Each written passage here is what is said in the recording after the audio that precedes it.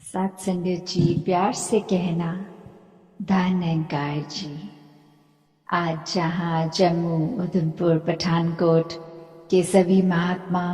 इस रूप में सत्संग में यही फरमान जो युगों युगों से संतों का रहा कि ये निराकार को जान लो और इसको जान के अपनी असली पहचान जो है, क्योंकि कोई भी चाहे धर्म ग्रंथ हो, हर एक में ये परिभाषा कि ये परमात्मा क्या है, तो परमात्मा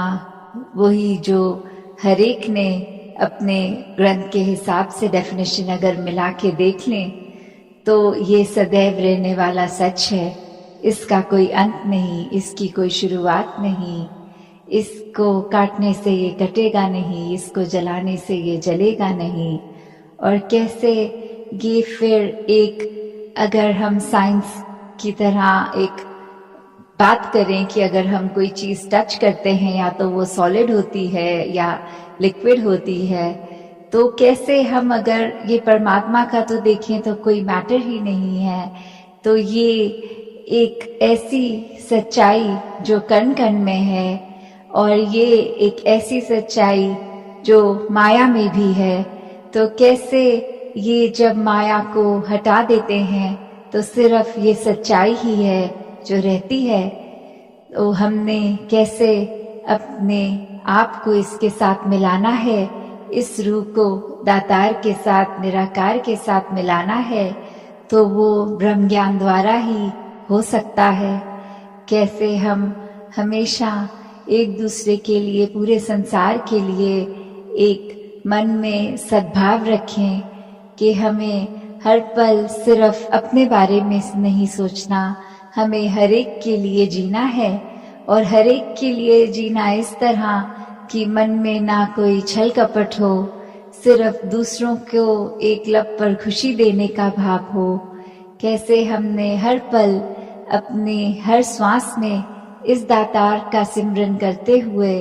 इसको मन में बसाकर जब जीना है, तो फिर हर श्वास एक हमारा महक उठता है। इसके साथ जुड़कर हम हमेशा एक अपने भी जहाँ लबों पे मुस्कुराहट, एक आनंद, एक कैसे हमारे जीवन में जहाँ रहता है, वहीं हर एक के एक जीवन में हम ये भाव का भी एहसास कर सकते हैं। तो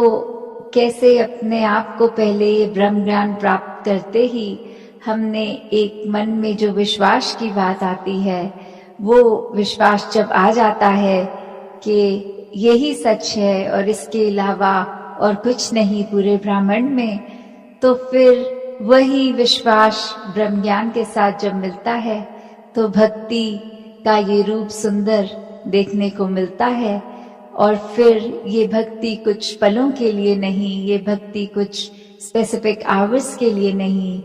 ये फिर एक रोम रोम भक्ति ही करता जाता है हमारा। ये पल पल में सोते जागते उठते बैठते ये भक्ति ही होती है। किसी से बात करें तो भक्ति है, किसी से बात ना करें, किसी के बारे में सोचें तो भी निराकार को शामिल कर लें तो भी भक्ति है। कैसे हर पल में वो कार्य किया हुआ कार्य नहीं, सेवा बन जाता है। तो हमने इसी प्रकार जहाँ सेवा सुमरन सत्संग करना है, वहीं जहाँ समाज में रह रहे हैं, तो हर तरीके के एक हम इंटरेक्शन करते हैं। जब हर एक से बात करते हैं, चाहे वो समाज के किसी भी वर्ग के हों, तो हमने एक इंसान के साथ बात करने के लिए अपना रवैया अगर बदल लिया, तो हम एक अपने आप के साथ एक सच्चे नहीं हैं। कि हमने अगर सोच लिया कि कोई अगर मेरे जैसा हो या किसी का एक ये स्टेटस मेरे जैसा हो, तो उससे तो हमेशा एक अच्छी तरह ही बात करेंगे। पर कोई अगर समाज के ऐसे वर्ग से हो जो हमसे उनका लाइफस्टाइल मेल नहीं खाता, तो हम रवैया बदल देंगे कि कोई बहुत ही हमसे बेहतर है, तो हम वहाँ उसकी हर बात में जी हजूरी करने लग जाएं, अपना अस्तित्व मिटाकर उसकी बुरी बात में भी एक हम हामी भर दें। या फिर कोई अगर एक उस रूप में फाइनेंशियली बहुत स्ट्रांग नहीं स्टैंड कर रहा, तो कहीं हम वो देखकर कि ये हमसे एक मेल नहीं खाते, तो फिर वो बदतमीजी भी हो जाती है, वो शब्दों में एक आदर नहीं रहता, एक वो लिहाज नहीं होता। तो कैसे हमने हर एक से जहाँ एक जैसा ही पेश आना है,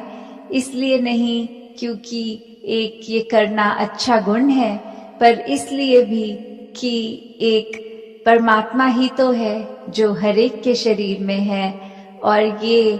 फिर बात उस पे लिमिटेड नहीं होती कि बैकग्राउंड क्या है और कहाँ से आए हैं, किस तरह का लाइफस्टाइल है। तो हमें जहाँ वो पंक्तियाँ भी फरीद जी की कि ना गरीब नू वेख के हंसिया कर, ना बुरी नजर नाल तकिया कर, लोकां दे ऐब तू लभदा है फरीद, कदे अपने अंदर भी तकिया कर। तो ये बात कि हमने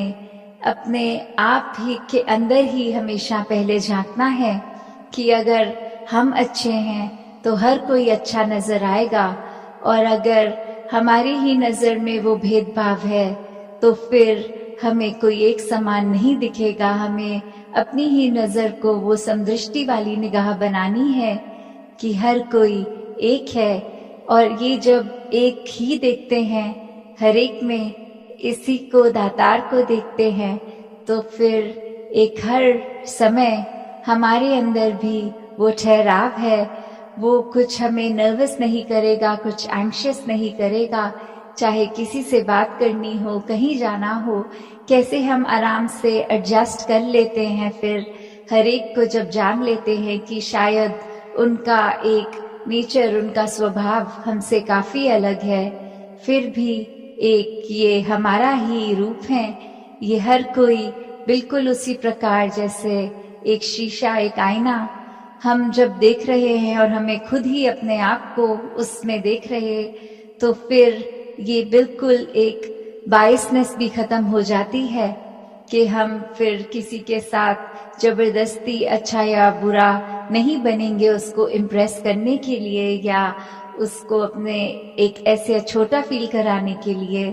फिर वो खुद को प्यास अगर लगी हो तो पानी का ग्लास भर के भी पहले दूसरे को ही ऑफर किया जाता है, क्योंकि वही फीलिंग आती है कि अगर हमें इतनी प्यास है तो सामने वाले को भी कितनी होगी।